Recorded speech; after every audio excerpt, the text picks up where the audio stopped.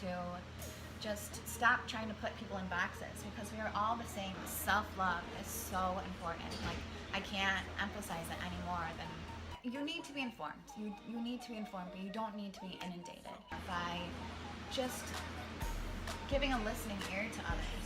You can do more good. I've been very advocating of listening lately. We need to let go of that and get back to loving. Hello, and welcome back to this week of Moving Mondays. Thank you so much for joining me again here this week. This week I have a special guest, Claire. Give her a warm welcome. And Claire, how long have you been in New York City for? Ideal. And little insider scoop, me and Claire know each other because we went to college together. What is one classic college memory of you coming home and seeing me do? Drinking hot sauce out of the bottle. And when we would wake up in the morning and there would be like a trail of hot sauce in the kitchen. Did you know who it was? No. So, first question, Claire, what is it that you do for a living? Well, I work out in Buffalo, New York, and I help to run a transitional independent living program for runaway and homeless males. How did you get into your career? So I had a bachelor's in psychology and then got a master's in social work. My first internship, I was a school social worker for pre-K through 4th grade, and it was in one of the most impoverished neighborhood in Buffalo, and I just felt like I couldn't be a therapist and tell someone how to live their life. I had to work more programmatically and systemically and working to change the environment that people live in so they grow up in healthy communities. They grow up in a world that loves them and accepts them and has a safety net that holds on to them. And I feel as though a lot of our communities don't have that. And I started at Plymouth Crossroads, where we help to reconnect them with education, help them develop job skills. They live in the home for a year and a half, up to a year and a half, or they age out at age 21. But the biggest thing that we offer them is a family environment. We even have a pet bunny that has the whole run of the first floor. What's the pet bunny's name? His name is Diggy. Cool. And he's 13 pounds, so he's about this big. He's giant. A lot of the young men who come to us have been handed an unfair hand of cards in life, and we just want to be there to prevent them from having to go to a life of crime. We want to be there to give them the skills that they need to break the cycle of poverty that they have been born into. Once you're here, we want to help make life as beautiful as it can be, aside from the traumas that they have already faced. Basically, whatever their dreams in life are, we're going to be by their side helping them with that. Do you know of many and or other programs that are also for girls or that are also for LGBTQ youth that are in Buffalo? I'm going to speak on the LGBTQ first. Our home is the only home that I know of in Western New York that welcomes in transgendered youth. But as long as they present either gender neutral or dress as male, only because it's just state regulated that way. Do you know of how many programs like yours exist in Western New York? Because it sounds like it's maybe a handful. Again, because we see that we have a waiting list, there is a huge need in Buffalo, and unlike other places like California and Florida and different things like that, where the youth can just sleep outside. They can sleep in the woods, they can sleep on the beach.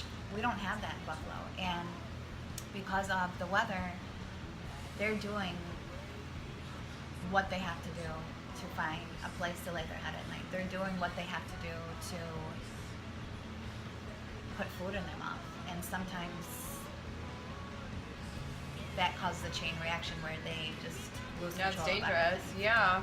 What do you think are some possible solutions for our, I don't even know, culture, society, for youth that find themselves misplaced or in bad situations? I believe the solution starts with strengthening our communities, providing more jobs that have a living wage. I think we need to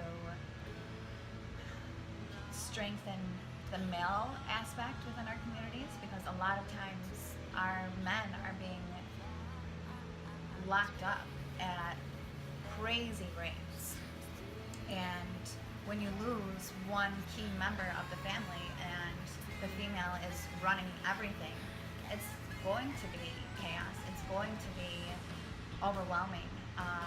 We need to start really creating more help within our communities and opportunities for growth.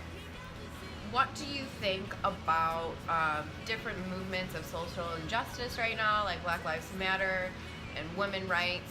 So I've always been a very politically charged individual. I've always wanted to fight for the underdog. With everything that has been happening and the fact that we have Donald Trump as a president, like, that's terrifying.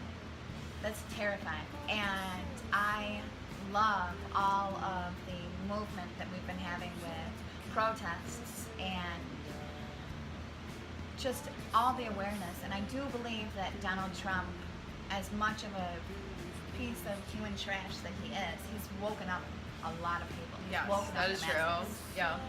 For me personally, I don't partake in protests. I don't want to fuel the hatred, and I don't want to give attention to the negativity.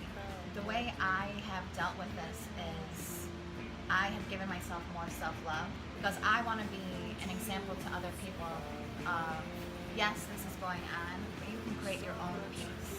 You can create your own communities of love. And instead of protesting, maybe just living and breathing what you would want the example for the rest of the world to be. If you allow yourself to crumble under the fact that we have a racist, sexist asshole who is in charge of our country, if you let yourself crumble underneath that, you're doing exactly what he wants you to do. You're giving up, or you're becoming angry. If instead you combat it with loving yourself and spreading that love that you have inside of you to everyone around you and into strangers, and just only having a message of love that you give out to the For world. all people, yes. Love and understanding. Yes, and love is the rule of the universe. Love is so much more powerful than hatred, and I think with what's going on right now, we just need to be more loving.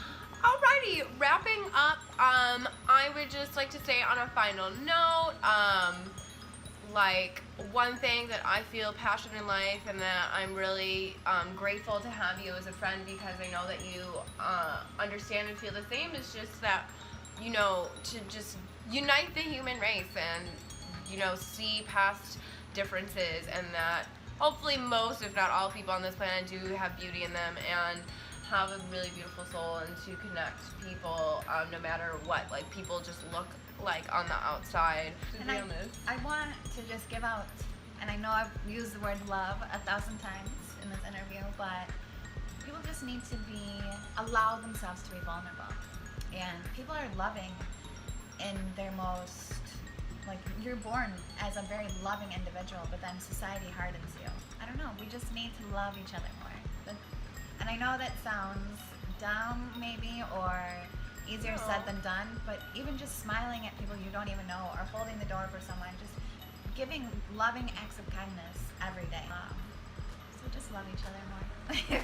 Alrighty, thank you so much, Claire, for coming in and helping to educate, inform, and inspire, as we always try and do here on this wonderful show. And give everyone a hug. Okay, thanks, guys.